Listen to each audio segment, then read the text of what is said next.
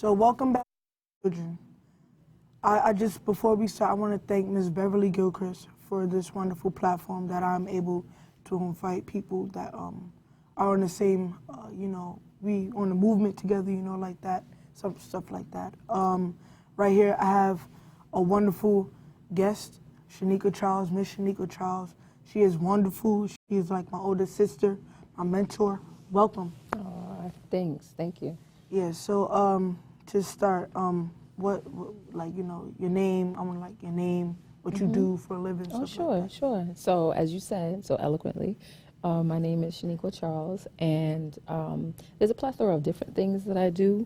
What I'm most passionate about, however, is Miss Abby's Kids, which is our organization. I'm the executive director for Miss Abby's Kids. Executive director, which is, it's a youth development nonprofit that services the Northeast Bronx and abroad, where we build healthier, more sustainable children through real world teachings. And I'm also the co-founder and president of Never Be Caged, which seeks to end mass incarceration through the investment in our youth. Yeah, okay. I wanted to get into more of the mass incarceration. Sure. So the mass incarceration rates, they're at an all-time high, right? Absolutely. So do you think because hold on, let me, I had the idea, but it just left. So why do you think that the rates of imprisoned are really high among black and brown people? Amongst black and brown people specifically? Yeah. Well, one, our country is hell-bent on punishment versus teachable moments, right? We're dealing within a country that has the highest rates of crime against its people, actually. And if you look at the span of over, I want to say the last 40 years, where we had people instituting structural racism within systems, it was all kind of set up for us to be in this moment in time where so many of our brothers and sisters are locked in cages. When you take away educational opportunities, when you decrease the value in the education itself, when you poison food to weaken the body and weaken the mind, when you infiltrate communities with drugs and call it a problem and criminal and all of those things during the times where that epidemic was sweeping our communities, it was criminal. Now it's a public health issue, now that it's crossed over into white America, into suburbia. So there's a lot of different factors. That 13th Amendment has a lot to do with us being modern day slaves, looped up in mass incarceration. Why do our schools look like mini prisons? You walk down one side of the hallway, on the other side of the line, you have lockers down the hallway, you have wooden doors with glass. I was really thinking, I was really thinking about that, in my school, the fact that we have to walk in single file sometimes, it's so crazy how, that loophole, it's like a vicious cycle. Yeah, I was, really noticing that, but, I didn't want to, say nothing. I didn't want to see, crazy until you brought it up. So now I could talk my crap when I go to school. You absolutely can. And ask the questions. You gotta ask the questions. Why are things like this? And draw your comparison as a young person who's vigilant and making sure that your people have freedoms, and also let your other young people know that, listen, sister, brother, you too can ask these questions because you're stronger in numbers. Yeah. And there's power in numbers. So before we get into I just wanted to ask, we're gonna start from the top. So how did you get into activism and stuff like that? So I was 11 years old, right? I've always lived deep. We about to get deep, brother. So I was 11 years old, and there's a man named Jose that to this day still lives in my community. And I didn't know it at the time that he was planting seeds, right? I didn't know it at the time. It's only in hindsight looking back oh, you did that on purpose. He invited me to a meeting. And the meeting was about some folks that were upset around the conditions in the apartment buildings, you know, apartments falling apart, buildings are dirty, and so on and so forth. And it was just 2 blocks up in an apartment that's now an apartment that used to be a church back then. And what I saw was a bunch of people from my neighborhood that were pissed off, right? But what I also saw in that meeting was, at the end of the meeting, they all came to a consensus about how they were going to address it. So it wasn't like, you know, people just complaining about stuff. You know, you hear people all the time. Sound Just, like solution. yeah, man, they were focused on solutions. And I left out of there thinking, oh, snap. I wonder what else would happen if you gather people with the same issues, but you mastermind solutions for yourselves and then demand those solutions instead of just broadly asking for help. You can't just go help me. You have to say, this is what we need, and here's what I need you to do in order to make that happen. It's a huge difference. And it left an impression. So by the time I got to like high school, junior high school and high school, I was doing things like president of student body. By the time I got to high school, I was involved in many clubs, creation. Then by the time I got to college, even though, because I grew up in a home that was full of love, yes, but also had some addiction issues, also had some criminal justice issues. I had some anger in there, right? And it manifested in some weird ways, and I didn't always listen because there was no outlet for me to talk about the things that were happening in my home, right? But by the time I got to college, I mean, you know, we were creating organizations, we were, you know, stomping the yard, we were really making a difference. And then when I came home and I saw my community still in the same flux that it was 4 years prior, you know, it resonated to me that something has to be done, you know? Then some years, go ahead. So that was kind of like your motivation. Yeah. That was the motivation, and then the ultra determining factor was my mother getting sick. Like, wait a minute, you didn't have to get sick. You in an area that is a food desert. You were criminalized instead of treated for your addiction. You know, all of these different things. And listen, you know, my mom died in my arms on February 18th, 2012, after taking care of her in those stages of cancer that the doctor didn't find. How didn't you find this, you know? So all of those things combined, we decided to use her legacy that she left behind of love, coupled with what took her life away, to empower young people to say, this doesn't have to be your path. So that's how Miss Abby's kids was. Absolutely, Miss Abby was my mom.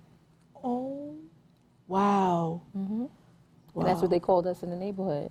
Hey now, go over there and get Miss Abby's kids and take them back. Oh, wow. Yeah. Okay, because I was wondering like that context. Wow.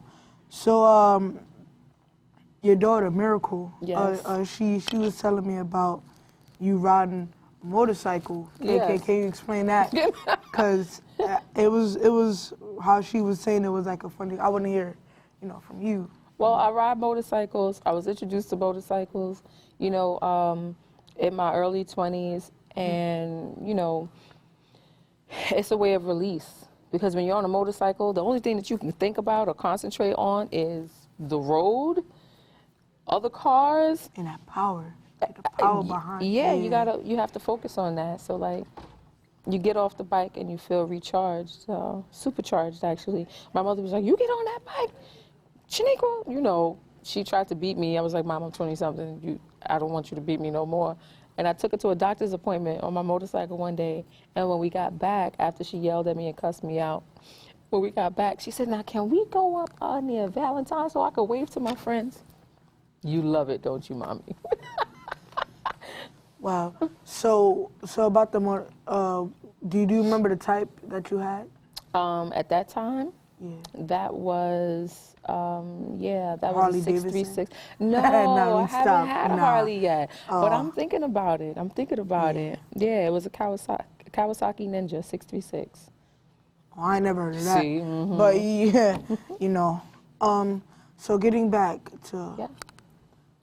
I heard that you and Miracle went up to Albany for solitary confinement reform. Yeah. What was that about? So the campaign that we went to support is called Halt Solitary.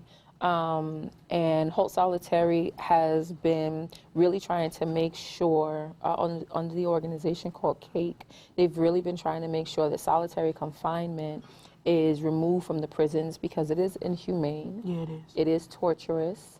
And inside of prison, it's used as an abuse, right? And so we were talking yesterday as we were on our way. I mean, Miracle's been to Albany and DC, all of these places, tons of times, because we work on criminal justice reform and youth development, vehemently work on those things. As a matter of fact, she's the youth programs coordinator for Miss Abby's kids, actually. Okay.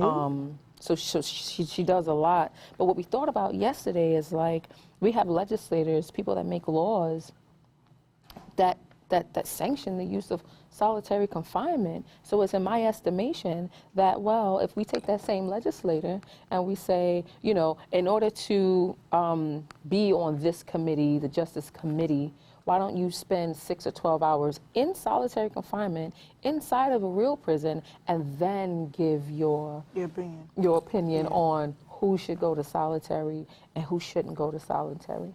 Yeah, because, like, you know, a lot of people, they give out, you know, like, no shade to the judges, but, you know, they giving out 25 or L, you know, and but they haven't really, like, experienced how it feels like to be in there for a day. Like, it really, like, breaks you down mentally, physically, spiritually, and it's scary.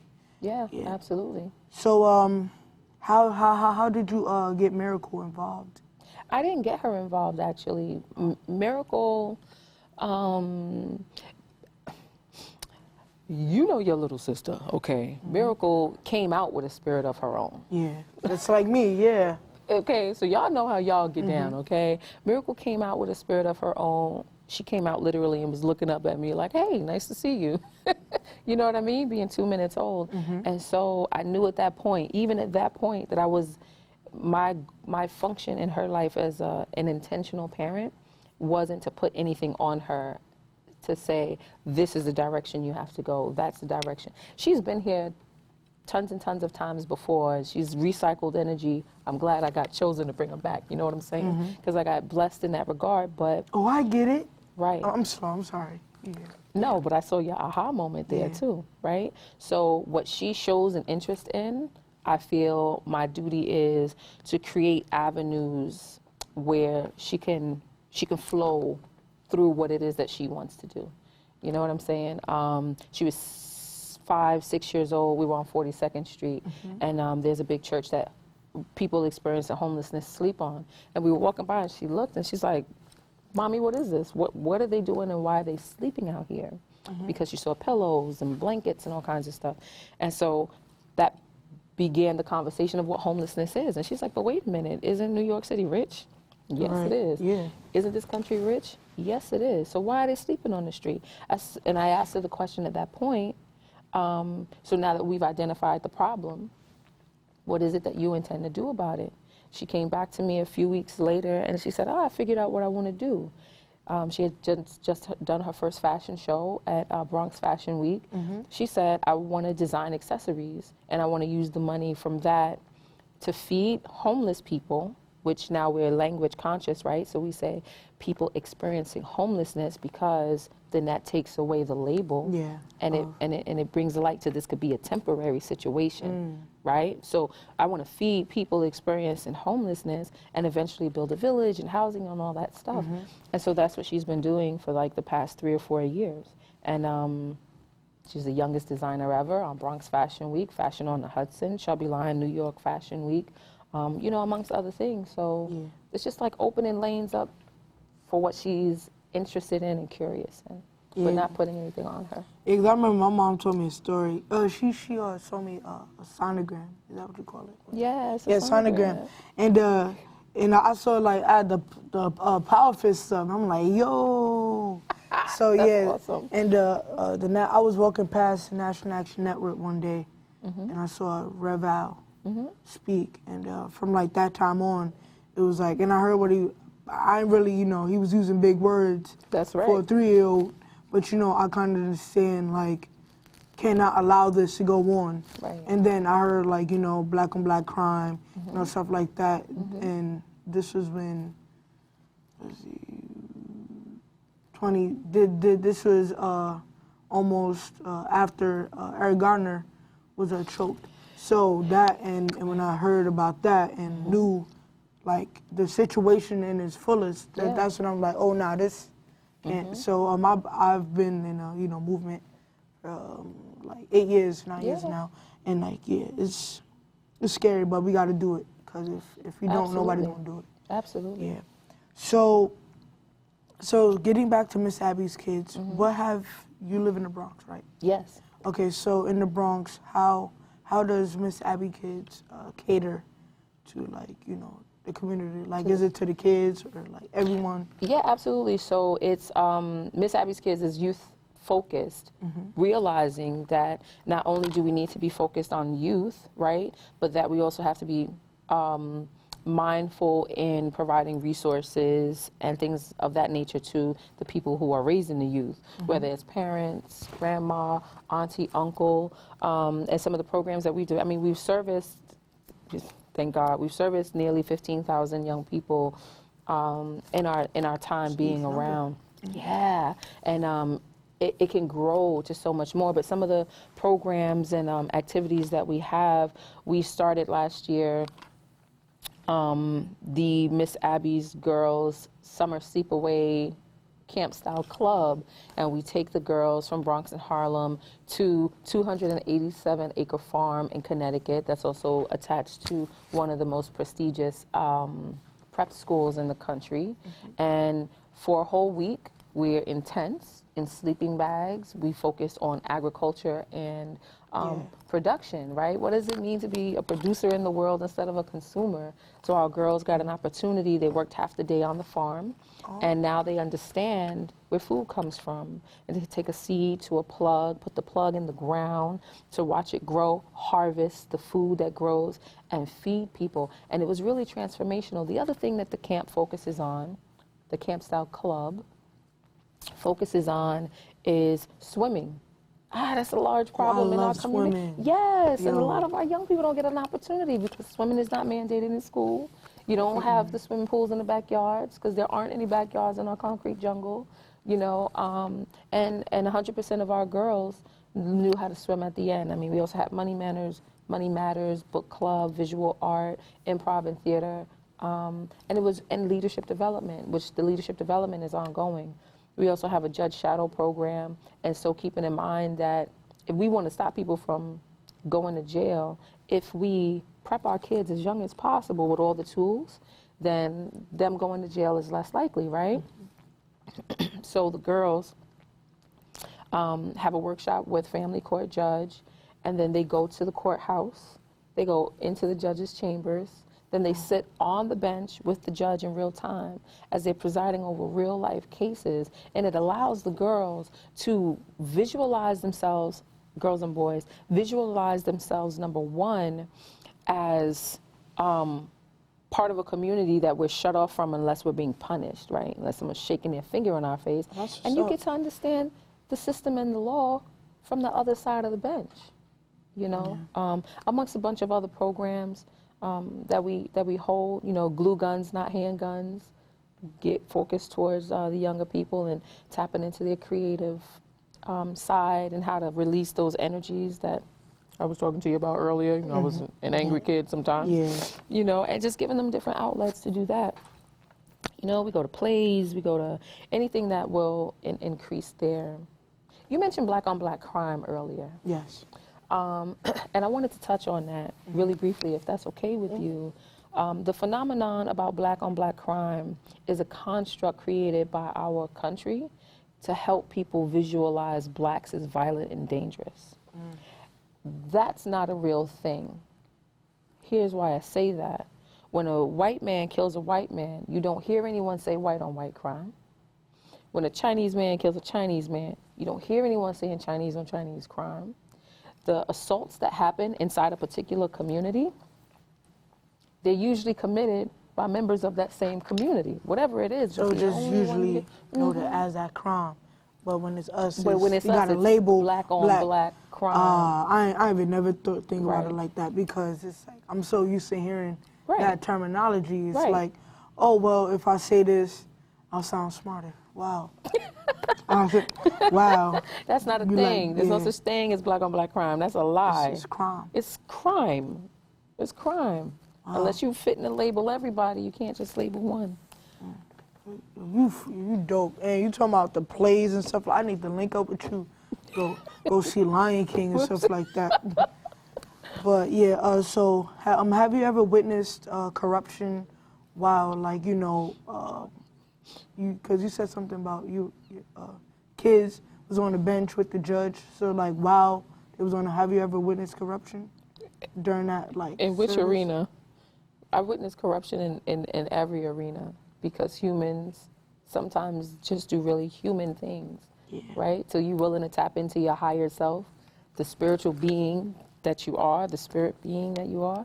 Sometimes humans do regular human stuff.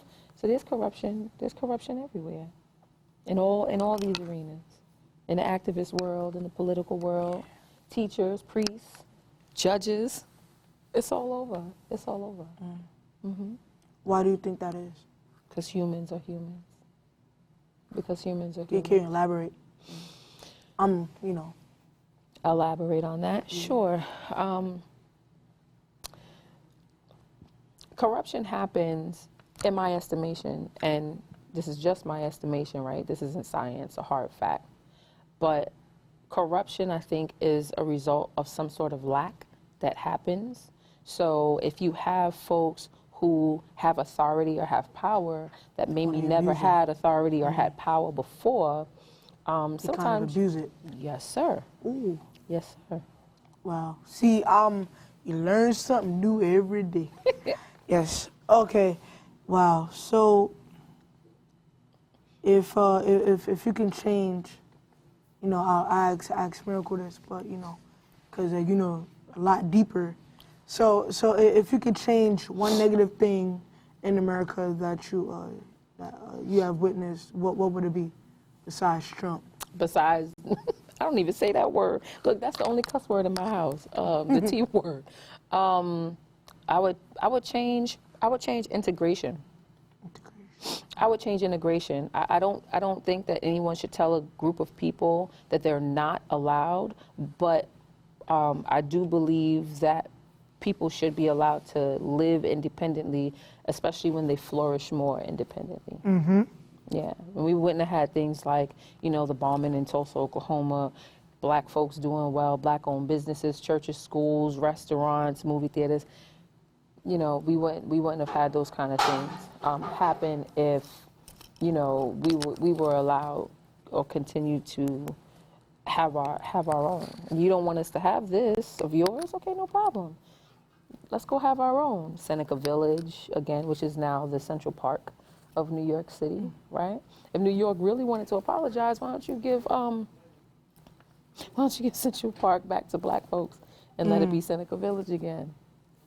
Yeah, because I know I mentioned this, further interviews, but I wanted to ask your opinion on what Malcolm X said, because we were learning about what he mentioned, about we should go back to Africa and separate from the white man. And I raised my hand and I said I feel like if we have done that, it wouldn't have been the crack cocaine in our communities and stuff like that. We probably had an elite group of people just like the Black Panthers.